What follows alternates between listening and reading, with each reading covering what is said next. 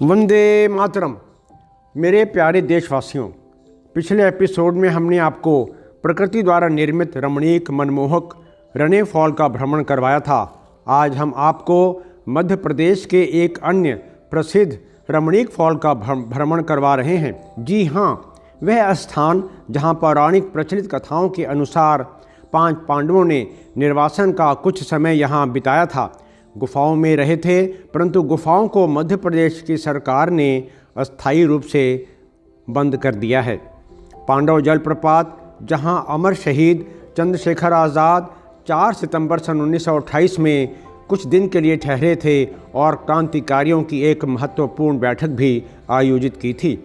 Pandav fall Madhya Pradesh के पन्ना जिले से लगभग 14 किलोमीटर की दूरी पर स्थित वन विभाग के सुरक्षित क्षेत्र में जंगल के मध्य एक रमणीक स्थान है, जो कि प्राकृतिक छटा में सतह से 100 सीढ़ियाँ नीचे उतर कर पहुँचते हैं।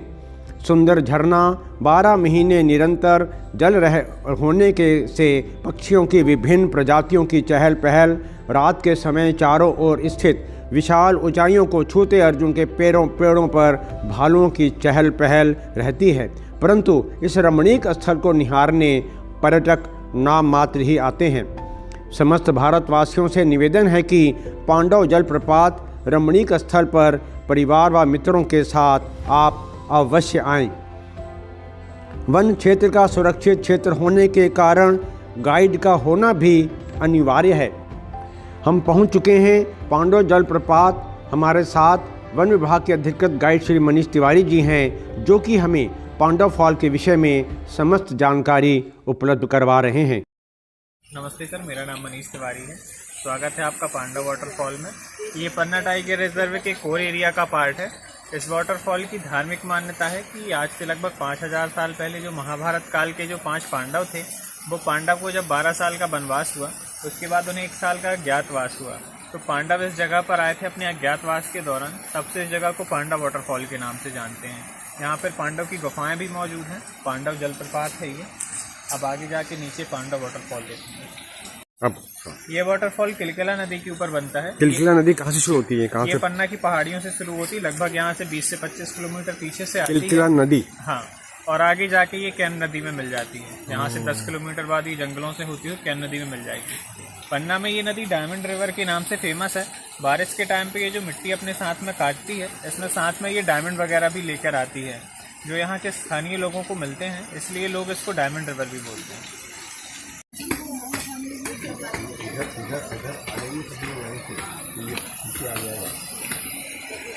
इंडिविजुअल से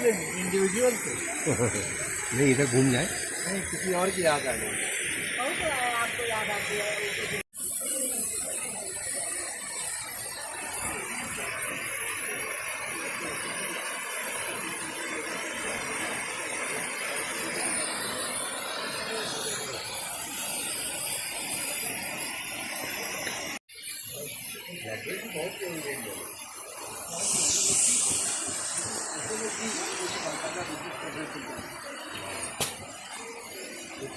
ये सर जो रॉक्स है, ये जो रॉक्स हैं, ये सेडिमेंट्री रॉक्स हैं। ये लेयर्स बाय लेयर्स पाए जाते हैं। इसके 1 फीट में लगभग 100+ लेयर्स रहते हैं। लेयर्स के बीच में हल्का हल्का सा गैप रहता है। इस गैप में ये बारिश के पानी को अपने अंदर स्टोर कर लेते हैं, फिर धीरे धीरे उसको रिलीज करते रहते हैं, जिससे ये नेचुरल वाटरफॉल और वाटर बॉडीज बनती हैं।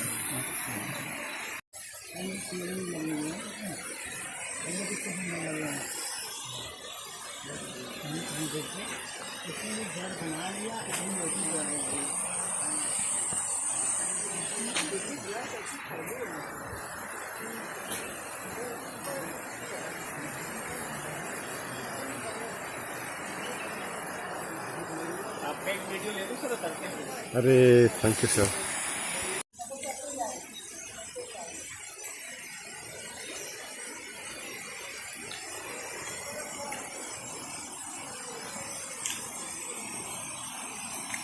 जहाँ पे हम लोग खड़े हैं, इसकी कितनी हाइट होगी लगभग? ये लगभग 75 फीट ऊंचा वाटरफॉल है जी। जो इसकी डेप्थ है ये लगभग 40 फीट गहरा है।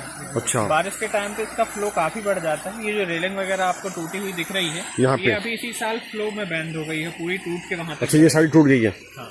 इसी साल बारिश में टूटी है। वो देखो सब टूट के पानी इसमें आ रहा है, इसमें कुंड है, आपने बताया 40 फुट गहरा है। इसका किसका महत्व कुछ बताएंगे, इसका जो महत्व है? सर इसका प्राकृतिक महत्व है कि यहाँ पर बहुत सारी फिश जो हैं वो यहाँ पर ब्रीड करने के लिए बहुत सारी मछलियाँ हैं जो मछलियाँ, हाँ वो यहाँ पे ब्रीडिंग करने के लिए आती हैं, क्योंकि इसमें वाटरफॉल की वजह से इसका ऑक्सीजन लेवल अच्छा है जी। और चारों तरफ से पत्थर होने की वजह से ये पानी ठंडा रहता है। तो ये पूरी आप देखेंगे कि इसमें काफ़ी सारी मछलियाँ हैं जो यहाँ पर ब्रीडिंग करने के लिए आती हैं। बहुत सारी मछलियों के बच्चे भी हैं। अच्छा, आज कभी नहीं मिला, हमने कुछ परसों किया उनके आप लोग एक काम करिएगा कि अगर पॉसिबल हो तो टोला गेट से एंट्री करिएगा और ड्राइवर को बोलिएगा तो उनको मजा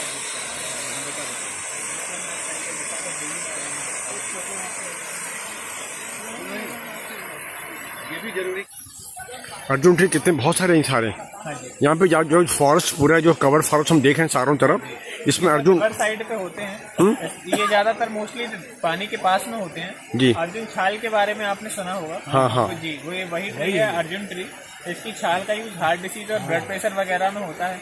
और आपको जो छोटे छोटे से स्ट्रेचेस दिख रहे हैं हाँ। ये भालुओं के क्लाइम मार्क्स हैं। भालू इनके ऊपर चढ़ता है मधुमक्खी खाने के लिए, पूरा ऊपर तक आप देख सकते हैं कि उनके पैरों के निशान बने हुए हैं। सारे ट्रीज के ऊपर भालुओं के पैरों के ये जो निशान है ये भालू के निशान है, ये वाले भालू इनका स्क्रैचेस ये भालुओं के पैरों के ये स्क्रैच ये की है। हाँ हाँ ये वाला भी भालू का है, ये नहीं है ये वाला भालू का ये नाखूनों को। हाँ जी अच्छा मधुमक्खी खा जाता है। हाँ जी नीचे मधुमक्खी का छत्ता जो गिरा हुआ है और ये छत्ते को खाने के लिए ये अर्जुन के पेड़ के ऊपर चढ़ता है भालू। और ये भालू के जो पंजे के निशान बने हुए हैं जो लाल लाल दिख रहे हैं आपको, ये पंजे के निशान है भालू के, और पेड़ पर चढ़ जाता है भालू और शहद खा के फिर ये नीचे उतर जाता है। ये जो पुरानी सी इमारत बनी हुई है हमारे सामने, इस इमारत में झरोखे बने हुए हैं। तो ये इमारत जो है इसका क्या किस पर्पस के लिए बनी हुई है, इसका क्या इस्तेमाल होता है? जो स्ट्रक्चर सर अपन को दिख रहा है ये सारा 16th सेंचुरी में महाराजा छत्रसाल ने बनवाया था। सारा जितना भी है? हाँ जी ये जितना बना हुआ है 16th सेंचुरी का है, लगभग आज से 400 साल पुराना जी। महाराजा छत्रसाल की ये शिकार गाह थी, हंटिंग पैलेस था ये उनका। Hunting palace. जो भी एनिमल यहाँ पे पानी पीने आते थे उनका वो शिकार किया करते थे। इस पैलेस में बैठकर पहले नंबर उसका वेट किया जाता था, फिर जैसे ही वो आता था तो उसका किल करते थे वो। तो ये पूरी शिकार गाह बनी हुई है, आज से लगभग 400 साल पुरानी। यानी जो पानी गिर रहे इतने ऊपर से, ये जो हम पानी देख रहे हैं, तो ये इसके बारे में थोड़ा बताएंगे हमको आप? ये यहाँ का सेकंड वाटरफॉल है, स्प्रिंग वाटरफॉल। स्प्रिंग वाटरफॉल जी ये 24 आवर्स ऐसे ही चलता है, गर्मियों के टाइम पे भी ऐसे ही चलता है। इसकी इंटरेस्टिंग चीज ये है कि इसके ऊपर का एरिया पूरा ड्राई एरिया है। हाँ। इसके ऊपर पूरा सूखा हुआ है। हाँ। पर ये पानी सारा सेडिमेंट्री रॉक से रिसते हुए 24 घंटे ही ऐसे चलता रहता है। 24 घंटे पानी चलता रहता है। ये पीने के लिए बहुत अच्छा है, इसमें मिनरल्स की मात्रा अच्छी है, तो आप इसे डायरेक्टली पी सकते हैं, ड्रिंकिंग वाटर है।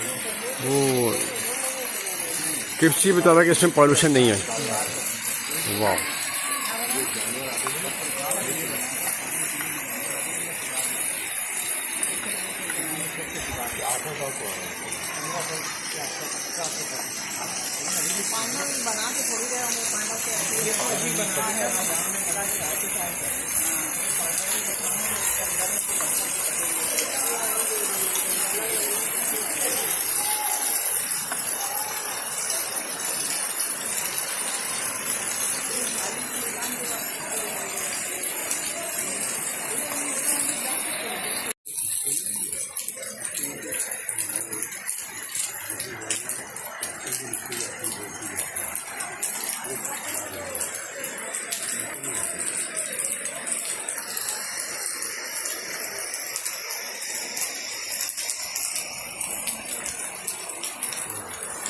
ये जो कुंड है सर, ये ऊपर जो भाई मनीष जी, ऊपर जो 5 मंदिर छोटे छोटे बने हुए हैं उनका क्या रेलेवेंस बताएं? पीछे दिख रहे हैं ऊपर, क्योंकि वहाँ हम जा नहीं सकते, वहाँ पहुँच नहीं सकते हैं, जाना मना है वहाँ पे।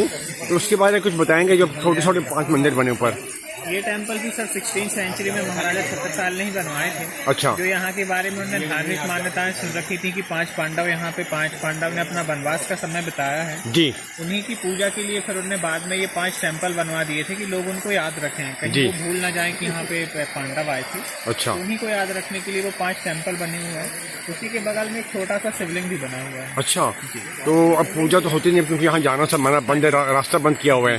पूजा वगैरह अभी नहीं होती। तो रास्ता फॉरेस्ट डिपार्टमेंट ने बंद किया है। हाँ जी, ये काफी स्लिपरी है क्योंकि इसमें 24 आवर्स पानी चलता रहता है जी। तो इस वजह से वो बंद किया हुआ है जी। तो इधर वो गुफाएं हैं।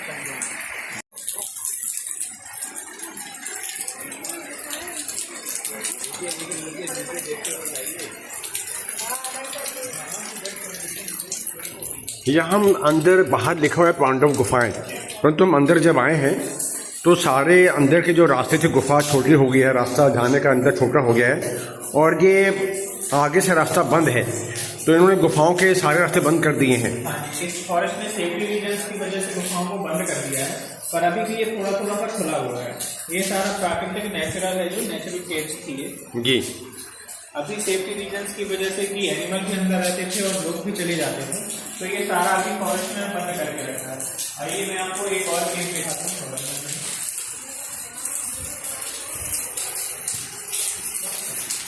ये केव लगभग अंदर 16 मीटर तक गहरी थी। ये जो आपको बॉल अलग से दिख रहा है, ये फॉरेस्ट ने इसको बंद कर दिया है। ओहो, ये लगभग कब बंद हुआ होगा ये? ये लगभग सन 2012 में बंद किया गया है। अच्छा। हाँ।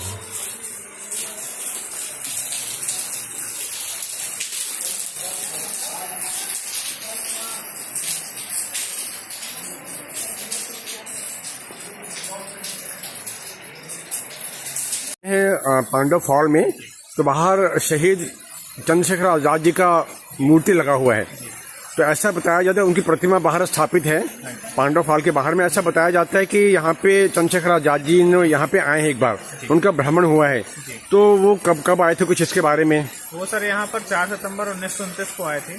चंद्रशेखर आजाद जी ने जब काकोरी ट्रेन इंसिडेंट किया था उसके बाद वो अंग्रेजों से बचकर यहाँ निकल आए थे, पर यहाँ आने के बाद भी उन्होंने एक जगह ढूंढी जो सुरक्षित रहे, अंग्रेज यहाँ तक ना पहुँच पाए। तो ये जगह जंगल के बीचों बीच थी और चारों तरफ से जंगल से घिरी हुई थी। तो चंद्रशेखर आजाद जी ने यहाँ पर आने के बाद में क्रांति को और बढ़ाने के लिए जो पन्ना के महाराजा हैं, साथ ही जो महोबा के महाराज थे और रामसराय तिवारी जी भी उनके साथ में थे, तो इस जगह पे आकर उन्होंने सभी को एक चरवाहे के माध्यम से सूचना भिजवाई कि हम यहाँ पर आए हुए हैं और हमें आपसे मिलना है। तो वो लोग उनने वहाँ से यहाँ तक आए वो और उन्होंने चंद्रशेखर आजाद जी के साथ इसी जगह पर मीटिंग करी और उनको आगे की क्रांति की रणनीतियाँ बनाई उनके साथ में, और साथ ही एक एक राजाओं को एक एक पिस्टल उनने भेंट स्वरूप उनको भेंट करी। तो उन्हीं की याद में ऊपर उनका स्मारक बनाया गया है।